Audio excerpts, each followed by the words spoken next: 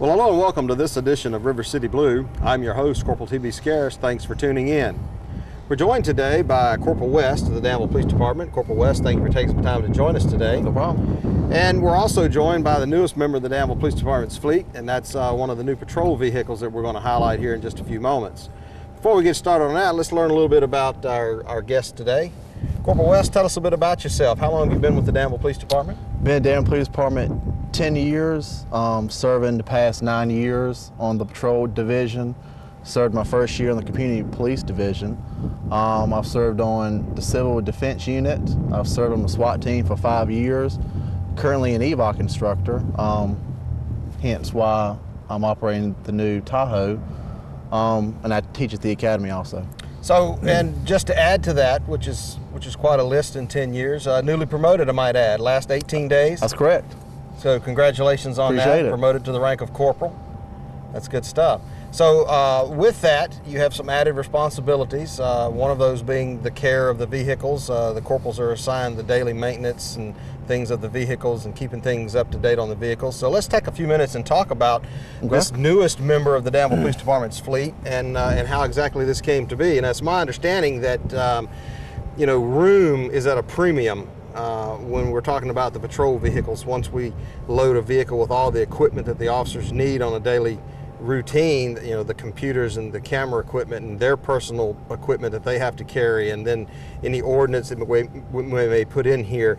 So when you have to double up officers inside of a vehicle, the cars are really cramped. Right. They're not as safe when you don't have as much room to work with. So let's highlight a few of the features on this vehicle. I'm noticing this thing sits way up off the ground. Does that enhance the visibility? It does. You sit up, commands a higher presence.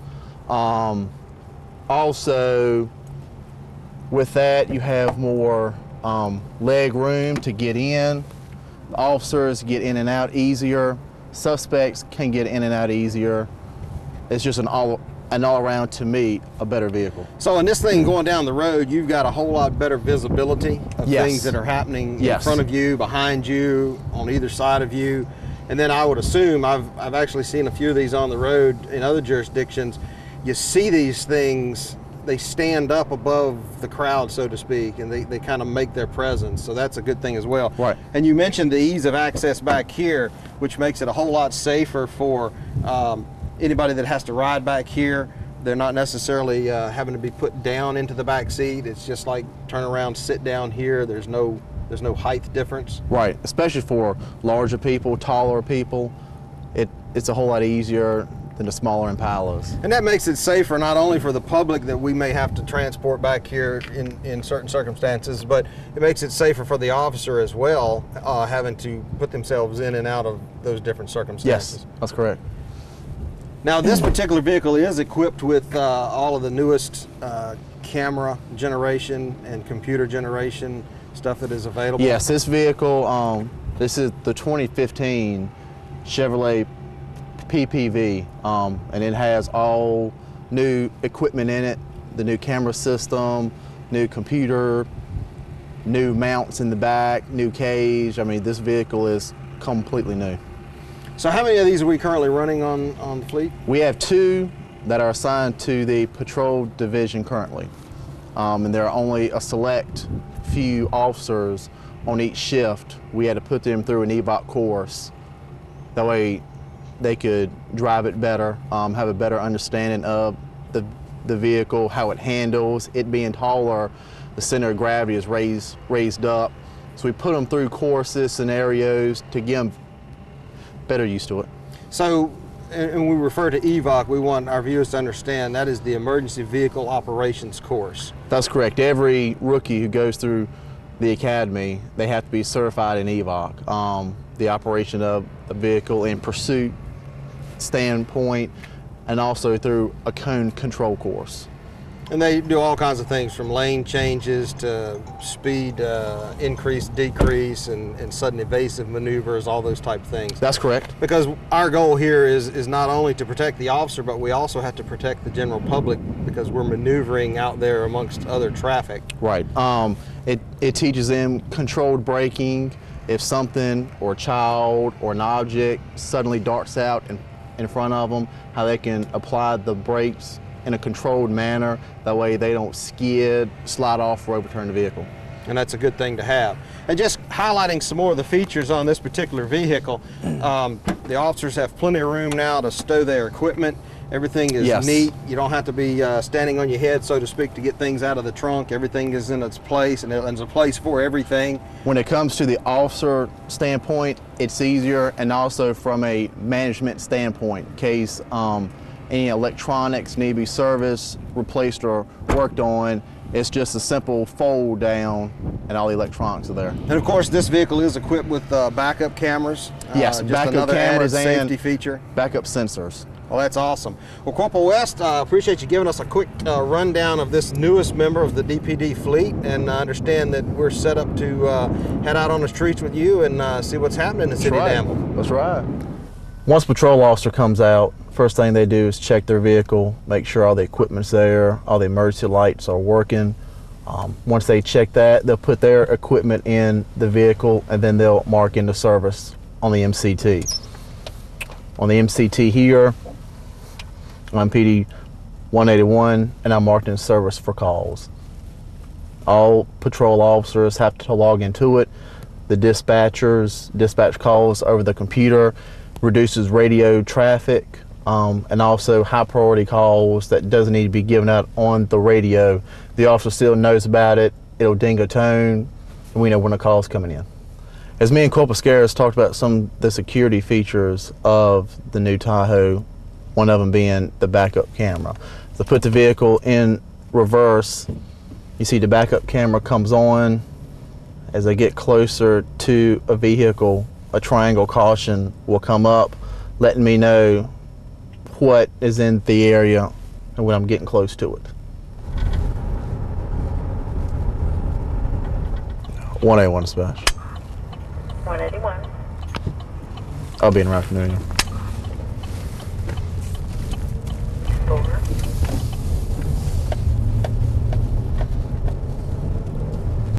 What we're going to now is a domestic. A son is beating up on the mother outside. So that's what we're headed to now to back up the officers. If you look on the patrol screen of the MCT, we get a call, it'll flash dispatch and it'll make a noise. Once we click it, it comes up the address, the information pertaining to the call, who the caller is, and their number in case that we need it for anything further. Here's what we're going to do, okay? We'll just have you give a statement, okay? We'll charge him to domestic assault and battery, subpoena you to court, okay? That way we take the charge out, but you're going to have to come and testify as to what happened, okay? Is that fine? Okay. All right, so look, you're under arrest, okay? For what? Domestic assault and battery. No. It's all right, buddy. It's all right. You gonna say cuz? I didn't know. No. It's gonna be okay, buddy. Just relax. Okay? No. No. Just relax. It'll be okay, buddy. No. Just I want to stay home. Well, behave. Maybe you can come back home, okay? Just relax. All right? Just behave yourself. Maybe you can come back home, okay? When? In a little while. All right?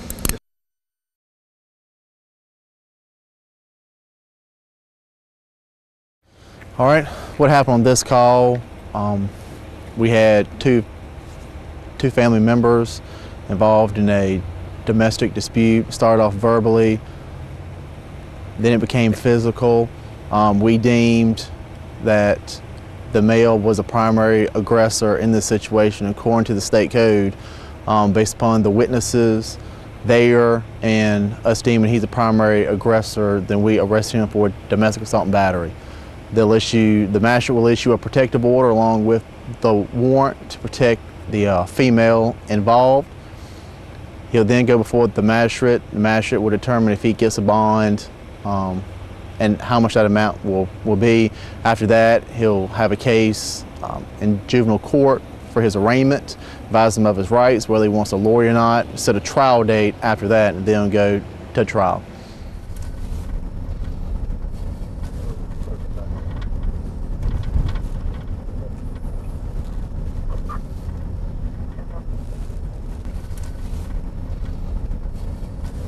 Now we have a little bit of downtime, so the call volumes dropped a little bit. We were flagged down by a citizen, a business owner, wants us to keep an extra check. He didn't want to file a report, but he's kind of seen some stuff missing, and he wanted to let me know and let the beat officers know what's going on, and ask for us to keep an extra check around here, mainly after dark at night. So we'll pass it along to the other officers on the different shifts working at night, and also on the bulletin. That way the whole police department knows everything about it. And as you can see, it's scrap metal here, and small pieces of it are coming up missing. Now we check this out. We're gonna head to another spot on the daily bulletin that's been known for having trespassing issues, and the owner wants us to check it out. The daily bulletin is made after every shift, day shift and night shift. If somebody calls in, wants us to keep an extra check, any pertinent information pertaining to that day or night is distributed on the bulletin, and that's distributed out to each shift. That way when each shift comes on, they're updated every day with the bulletin. If they're coming off their break, then unfortunately they have 4 whole shifts and 4 days worth of bulletins to go over. All right, we're checking out another place on the daily bulletin that came in the other day. People were out here at night with charcoal grills, drinking, using drugs, and they wanted us to keep a check on it at night. So I'm coming here now in the daytime, look at the layout of the land, see where everything is. That way when I come back next week on night shift, we can keep a check just like the owners want us to.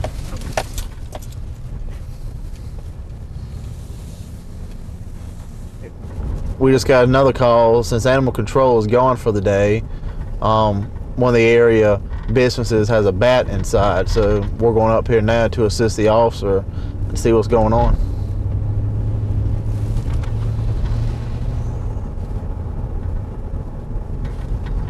You got a box or anything, a little bag? I got. Like a little plastic bag, grocery bag or something? A plastic tub or something? You go. Where's your cage? Cage? I don't have a cage. I'm not animal control. You're not animal control. No, they've gone home for the day. Yeah, they gone home for the day. Trust me. This is not the first one. I know, but it's not. I didn't know what it is. Look, wait a minute now. Wait a minute. Do you want to put him in a towel first? No. How you gonna reach up and get him? He gonna fly? Unit 3. Wait a minute. Do you want a broom?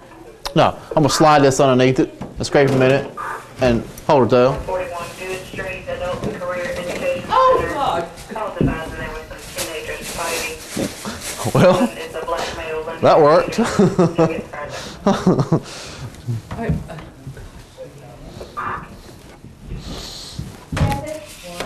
should see what he does. Well, Corporal West, appreciate you letting us tag along a little bit on a few of the calls we went on today. Yeah, sure. Ain't no problem. Had a good day. Yeah, we'll have to come back and do it again. And just to kind of recap too, we were talking about the new Tahoes on the road. There's only 2 of those, is that correct? That's correct. On the patrol division, yes. And I mean, this is not like blanket. We're going to switch all these things out. It's going to be a slow process, if at all. This is like a test phase. Right. Yeah, we got 2 just to test, see how they hold up, how the officers like them, and then if it works out, maybe, and in the future we could purchase more. So there's still plenty of blue and white patrol cars on the road, and you have to be able to look out for those. One of the other things we wanted to point out, just little subtle changes that you may notice from vehicle to vehicle. This will be the new stripe pattern for all of the vehicles going forward, and it's kind of a nod towards law enforcement as a profession. You've got your thin blue line there, and of course this is all reflective, so at night this vehicle will really stand out and be sharp as it represents the citizens of Danville, because we're your Danville Police Department. Well, that's going to wrap it up for this edition, and in closing, we're going to do a quick interview and a quick look with our K-9 division at a recent training event, so we hope you'll stick around for that for the next few minutes, and until next time, I'm Corporal T.B. Scaris. We'll see you here on River City Blue. I'm Canine Officer J.M. Epps with the City of Danville Police Department. I've been here 11, going on 12 years. I've currently been assigned to the Canine program going on 4 years.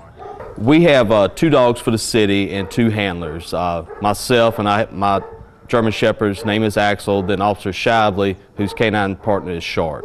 We're at W-Town's lead, former W-Town's lead, that this is one of the places that we utilize to do our training. It's a big open area, it's a rundown school. We got plenty of room to where we can train dogs for several different things. Particularly this week, we're training all 5 days. We're getting ready for certification next week, just brushing up on a few things that may be rusty here or there, just cleaning everything up. On a normal basis, we train twice a month. We train with the county because the more people you have, the better it is for training. It's different scents, different people are hiding your fines for you, different people hiding, so they don't get associated to the same scent, to the same person each and every time. And also, if you're having trouble with something, there's other people with, maybe they run through the experience before, they can help you get through it. It's various different things these dogs can be used for, finding people, finding narcotics. At times, depending on the situation, just a mere intimidation factor alone of a dog pulling up to the scene. 2 things you're going to see. The first one is where Canine Officer Shively and his partner Shark, they're doing what's called a building search. They're looking for a suspect that's within inside of a building. It could be to any situation where it ain't feasible for an officer to go in, or maybe it's too much of a building for the officer to search at that point in time. The dog can go in and find the person. When the handler comes up, he goes to the safest point that he can, and then he's going to make 3 announcements as loud as he can to announce that his intention, we are here, a dog is going to be released to come find you, and there's a good chance you're going to be apprehended by the dog, in which you run the risk of getting bit by the dog. Here he comes.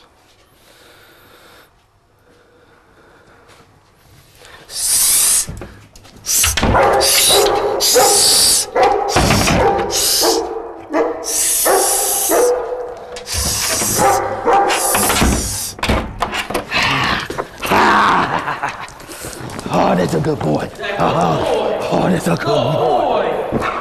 Ah, that's a good boy.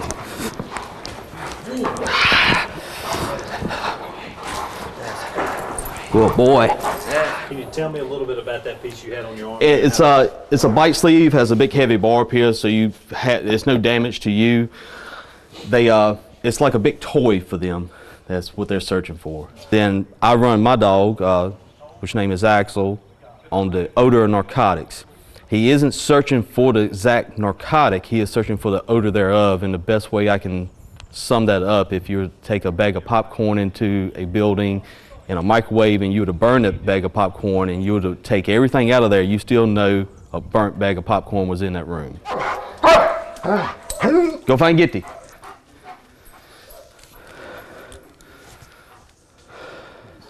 Right now he's searching for the odor of narcotics, not necessarily the narcotics itself, but it's the mere odor of. Axel.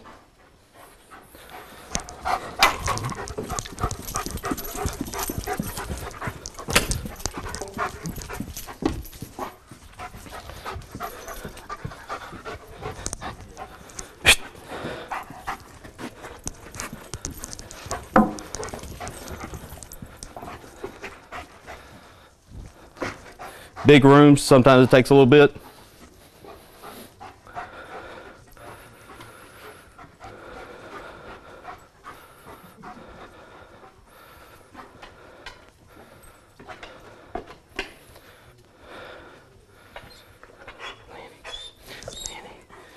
There are narcotics up under there. Also, Shively, I believe it was within a year ago, there was a mentally handicapped individual who had wandered away from home.